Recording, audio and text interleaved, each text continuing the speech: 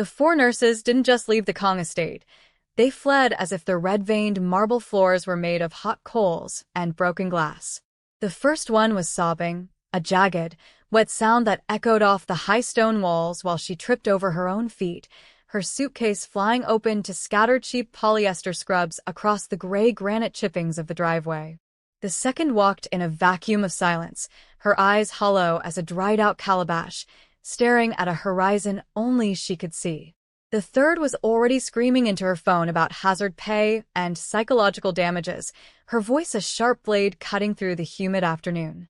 The fourth, a man built like a soldier who had probably served 3 tours in the heat of the desert, stopped dead in the middle of the driveway. He looked back at the black stone spires and the gargoyles that seemed to weep soot, then crossed himself with a trembling hand and whispered, "That thing in there is not human. He is the devil himself," before he turned and sprinted toward the iron gates.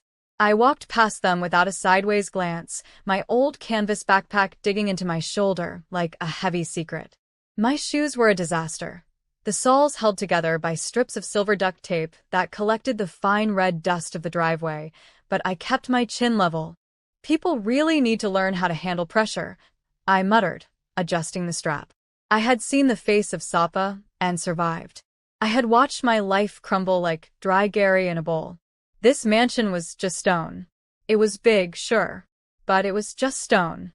The house loomed over me like a nightmare rendered in Gothic architecture, all black basalt and pointed spires that looked like needles ready to stitch the sky shut.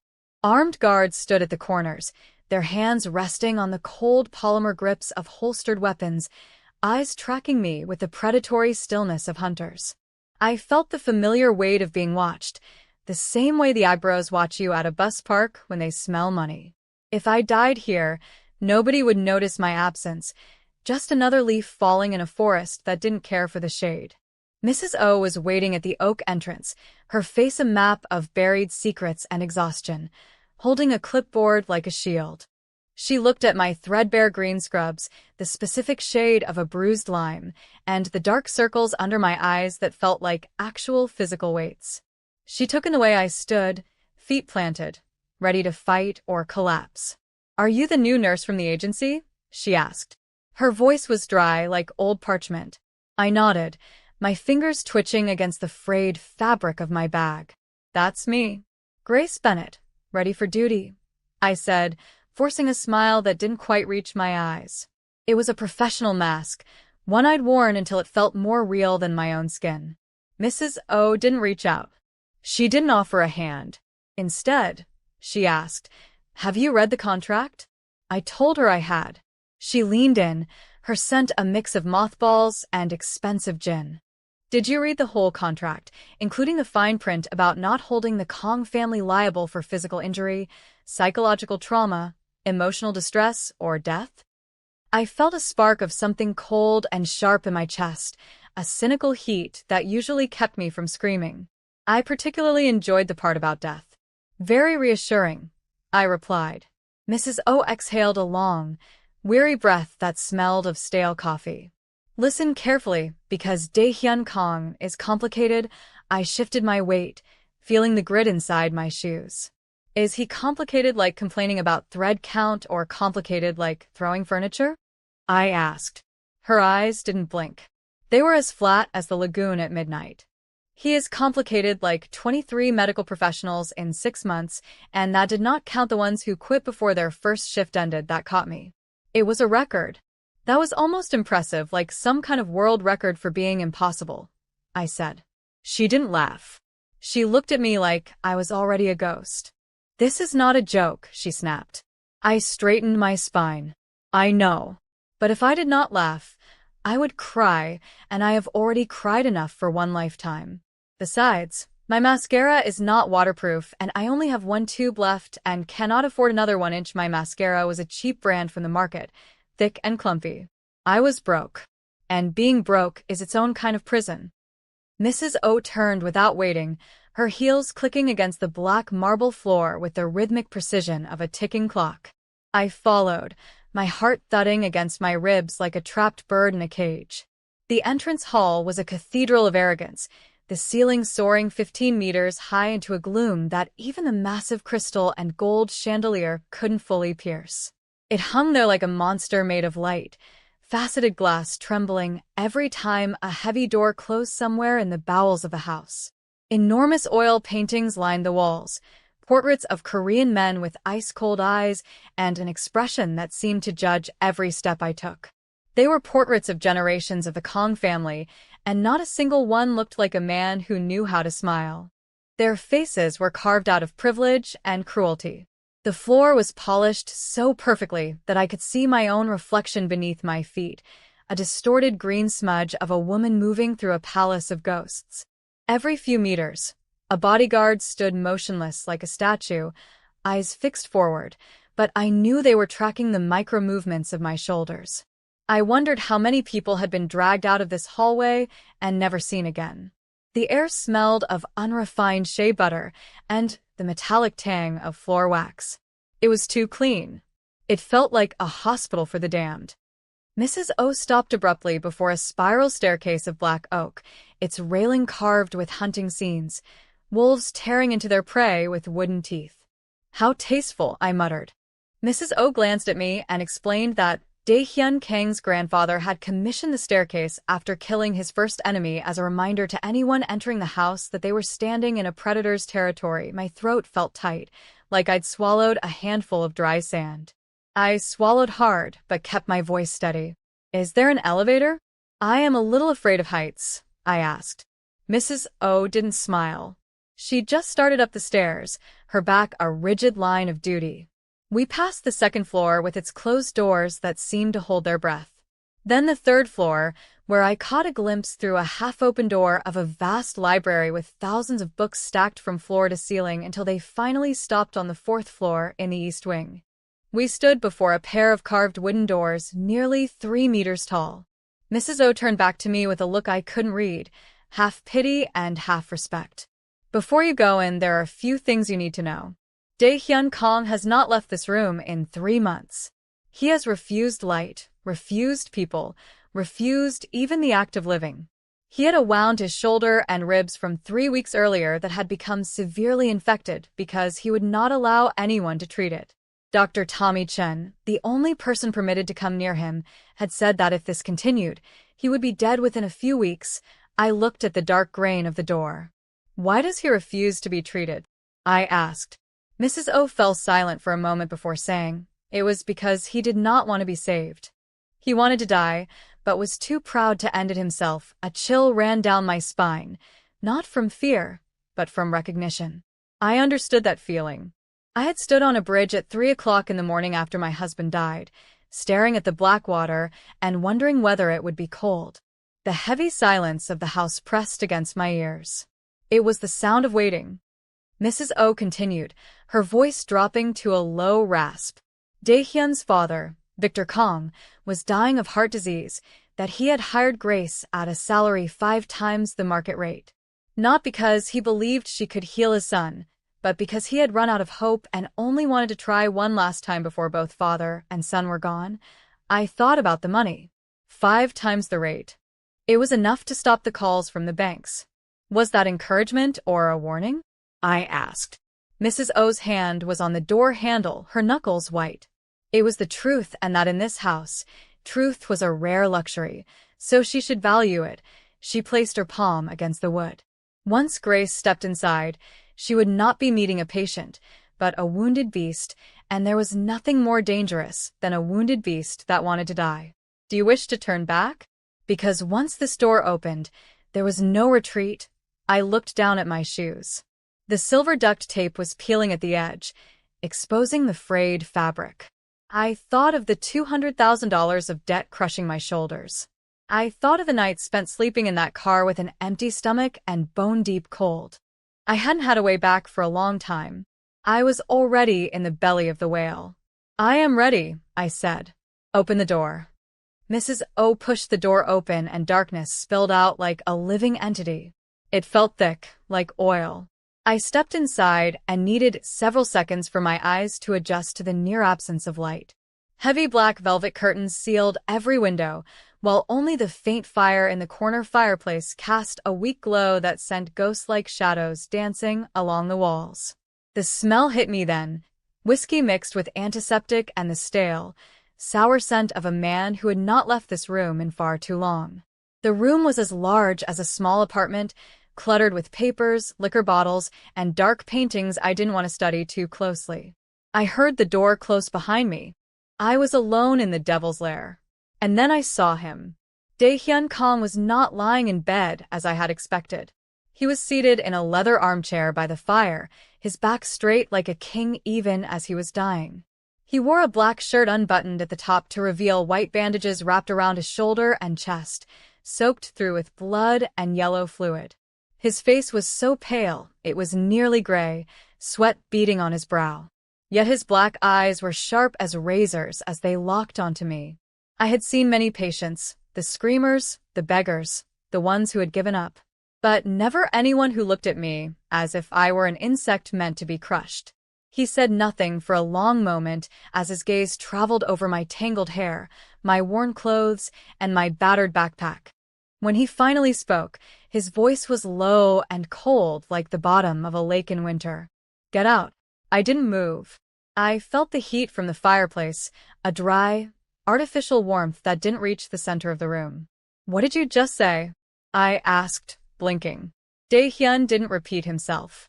Instead, he stated, she had 30 seconds to return to that door and disappear from his house before he called someone to drag her out. I stood my ground, my arms hanging at my sides. "I am the nurse hired to care for him," I said, meeting those hell-dark eyes.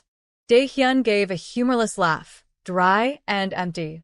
He did not need a nurse, did not need a doctor, did not need anyone, and especially did not need a girl who looked like she had just been thrown out of a shelter. The words cut into my chest like a blade, but cruelty was a language I spoke fluently. I had grown up with it. "Maybe you're right," I told him. "I look like trash." But trash was not afraid of being thrown away, and she was here to do her job. Dae-hyun tilted his head, eyes narrowing dangerously. "Do you know who I am?" he asked. I didn't flinch. "Ida. You are Dae-hyun Kang, the man people called the devil, that he ran an empire she did not want to know the details of, and that he could make her disappear without anyone ever finding her body." I took a step closer, into the circle of firelight. "I also know you are burning with fever, that your wounds are severely infected, and that without proper treatment in the coming weeks, you will die. So, did you want to spend your 30 seconds throwing me out or letting me change those foul-smelling bandages?" Dae-hyun rose from the chair then, and I realized he was taller than I had imagined, at least 1.85 meters, broad-shouldered, the build of a man who had once been very strong before illness had carved him down. He stepped toward me with every movement radiating threat, even as he clearly fought the pain tearing through his right shoulder. He stopped directly in front of me, close enough for me to feel the unnatural heat of his fevered body. "I have killed people for far smaller offenses than daring to talk back to me," he murmured. His breath smelled of expensive malt and decay. I lifted my gaze, my neck tilted back because of the height difference, yet I did not retreat a single step. "I believe you," I said. I had also been beaten by my own father for 8 years, had lived in an orphanage where older children burned her belongings for fun, had buried her husband 1 year ago, and was currently living in her car because she could not afford rent. I looked straight into his eyes, into the void there. "You could kill me if you wish. But you could not frighten me because she had been afraid enough for an entire lifetime, and she had nothing left to lose." Dae-hyun looked at me as if I had just grown a second head. No one had ever spoken to him that way, and lived. I could see the confusion in the way his pupils dilated. He turned and walked to the desk, his movements stiff, and picked up the phone. "Ji-hoon, come up here," he said. 2 words. That was all it took to summon a storm. Less than a minute later, the door opened, and a man as big as a bear appeared. Ji-hoon stood nearly 1.90 meters tall, his face carved with scars that looked like ancient riverbeds, and his hands were as large as shovels. He looked at me, and then at Dae-hyun with a silent question. Dae-hyun nodded toward me. "Throw her out." Ji-hoon moved toward me, each step making the floor seem to tremble. I did not run. I did not retreat. I simply stood there and watched the giant approaching me. When Ji-hoon was close enough to grab my arm, I spoke. Before you throw me out, I have a question. Ji-hoon stopped, not because of the question, but because of the strange, flat calm in my voice. Dae-hyun was watching too, his black eyes narrowing with a curiosity he couldn't hide. Why would a man as powerful as Dae-hyun Kong, a man who could buy an entire hospital if he wanted to, choose to die slowly in a dark room instead of putting a bullet in his head and being done with it? I let the question hang in the air, heavy and sharp. That was not the way of someone who truly wanted to die. It was the way of someone punishing himself. The room fell so silent, I could hear the fire crackling, a rhythmic snap hiss of sap. Ji-hoon stood frozen, glancing at his boss. Dae-hyun said nothing, but his jaw tightened, the muscle jumping beneath his pale skin. I knew I had touched a wound far deeper than the one in his shoulder. I did not know what he had done, or why he believed he deserved to die. But I knew that look because she had seen it in the mirror for an entire year after her husband died. I told him about Marcus, about how he had begged me not to borrow money for his treatment, how he wanted to go gently, but I refused to listen. I borrowed $200,000, sold everything she could sell, forced him to endure 8 more months of chemotherapy from hell, only for him to die in agony anyway, and every day she wondered whether she had prolonged his suffering out of selfishness or out of love. And she never found an answer. I looked straight into Dae-hyun's eyes. 1 week after the funeral, she had stood on the Brooklyn Bridge at 3 o'clock in the morning, stared down at the black water below, and wondered if it was cold, that she did not jump, not because she wanted to live, but because she still owed money and did not want that debt to become anyone else's burden. I understood wanting to die. And I understood being unable to. Ji-hoon was now looking at me completely differently, his eyes softening from the coldness of an executioner to something like recognition. Dae-hyun remained silent, perched on the edge of his desk, his eyes never leaving my face. Finally, he asked why she was telling him all this. I didn't hesitate. I wanted him to know she was not a naive nurse who had come here hoping to save someone, that she came because she needed money and because she had nowhere else to go, that she was not afraid of him killing her because honestly, there were days she wished someone would do it for her, but she would still do her job because it was the only thing she knew how to do anymore. Dae-hyun stared at me for so long I thought he had turned to stone. Then he signaled to Ji-hoon and told him to leave. Ji-hoon nodded and exited without a word. Dae-hyun stood and walked slowly toward me, pain radiating from him like a physical heat. He stopped an arm's length away. 1 week, he said. I asked what he meant. You have 1 week to prove you are not an annoyance. That if during that week she bothered him, asked stupid questions, tried to lecture him about morality, or worse, showed him pity, she would be gone faster than all the others before her. I held out my hand, my skin dark against the gloom. What would happen if I made it through the week? Dae-hyun tilted his head. No one ever had, so he had not thought about it. I kept my hand there. Then we have a deal. Dae-hyun looked at my hand as if it were a venomous snake, but finally took it. His hand was twice the size of mine, burning hot with fever and trembling in a way an ordinary person wouldn't notice. But I was not ordinary. I noticed everything. I realized then that the devil everyone feared was just a man in so much pain he could no longer bear it, using cruelty as armor so no one would see the cracks. The next morning, I was awakened at 5 o'clock by a knock on the door of the small room Mrs. O had arranged for me at the far end of the corridor. It was Ji-hoon, holding a thick envelope. He handed it to me without a word and turned away. I opened it to find a stack of papers 15 pages thick. Rules for medical staff assigned to Dae-hyun Kong. I sat on the edge of my bed and began to read. Rule number 1. Lights were not to be turned on. Curtains were not to be touched. Rule number 2. Do not speak unless directly addressed. Answers must be brief and contain no more than 10 words. Rule number 3. No eye contact longer than 3 seconds. Rule number 4. Do not touch the patient without verbal consent. Rule number 5. Medication must be placed exactly 90 centimeters from the head of the bed with the label at a 45 degrees angle. I wondered if he used a protractor. The list went on. No phones. No white clothing. No red clothing. No perfume. Rule number 37. Do not breathe too loudly within a radius of 2 meters. I finished reading and laughed. It was a dry, rasping sound. All right, I told myself. The game begins. At 6 o'clock, I appeared at Daehyun's door, wearing a light gray outfit. I knocked 3 times as required by rule number 23. A voice from inside granted permission. I pushed the door open with my shoulder. Rule number 19 said the left hand was not to be used. The room was pitch dark. I stepped to the table and set the tray down. I pulled a measuring tape from my pocket and measured exactly 90 centimeters. Then I took out a protractor and adjusted the medicine box to precisely 45 degrees. I straightened my spine. The medication had been placed according to specifications, sir, I said, my voice clinical. Should I bring a laser alignment device next time for greater accuracy? Daehyun said nothing, but one eyebrow lifted.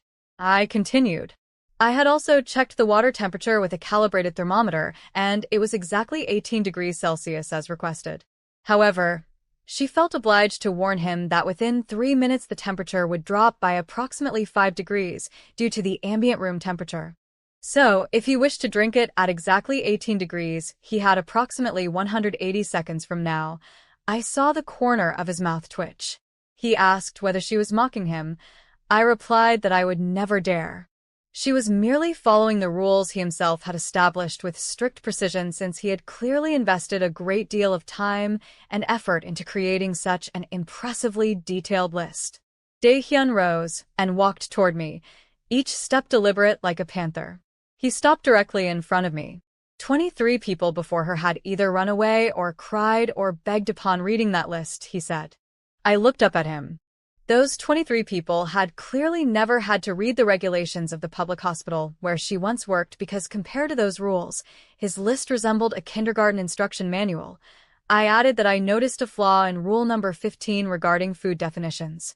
Technically, she could bring in an apple since an apple was fruit and not food under certain definitions. Daehyun stared at me in silence. Then, he let out a short, dry chuckle. It was a mechanical sound, like a rusted machine struggling to remember how it functioned. Very well, little nurse. If she wanted to play this game, then they would play. He was curious to see how long I would keep smiling. I smiled back, the expression feeling like a victory. I was curious, too. And now, with his permission, she needed to change the dressing on his wound because, in her observation, it was seeping through his shirt, which indicated a more severe infection than she had initially thought. The game could wait, but the wound could not. On the first night, he called at 2 a.m. The second night, it was 3 o'clock. On the third night, he waited until 4:15. He was testing my breaking point. Every time, I woke, dressed in the approved gray, and appeared within 5 minutes. On that third night, he sat on the bed, eyes tracking me in the dark. He wanted water. I prepared it. When I returned with the tray, arranged with the absurd 45-degree angle, I placed it down. Suddenly, Daehyun swept his hand out and knocked the tray to the floor. Metal clanged sharply against wood. Water spilled. Pills scattered like lost teeth. I looked down at the mess, then at Daehyun. He watched me with an icy, detached gaze, waiting for the crack in my resolve. I did not scream. I did not cry. I silently knelt and picked up each pill. I wiped the floor with a cloth from my pocket. She would return with a new tray, I said calmly. I left and came back 10 minutes later. He knocked it down again. The third time he did the same. The fourth as well. On the fifth time, as I gathered the pills, I paused. Her father used to throw dinner plates against the wall every night when he was drunk, and she had to pick up every shard, every grain of rice, every scrap of food while he stood there hurling insults. That she did it for 8 years until her hands hardened from broken porcelain and her heart hardened from words. I looked up at him. You could throw this tray down 100 times and she would pick it up 100 times because this was her job and she had done far worse things than picking up pills at 4 a.m. I told him I wondered if he truly wanted me gone or if he was just looking for someone patient enough to stay. Daehyun said nothing. I stood up. I would get another tray, and that this time, She hoped he would leave it alone because pain medication was not cheap and she hated waste. I turned toward the door. "Wait," he said. I heard the rustle of sheets, the sound of him bending down. When I turned,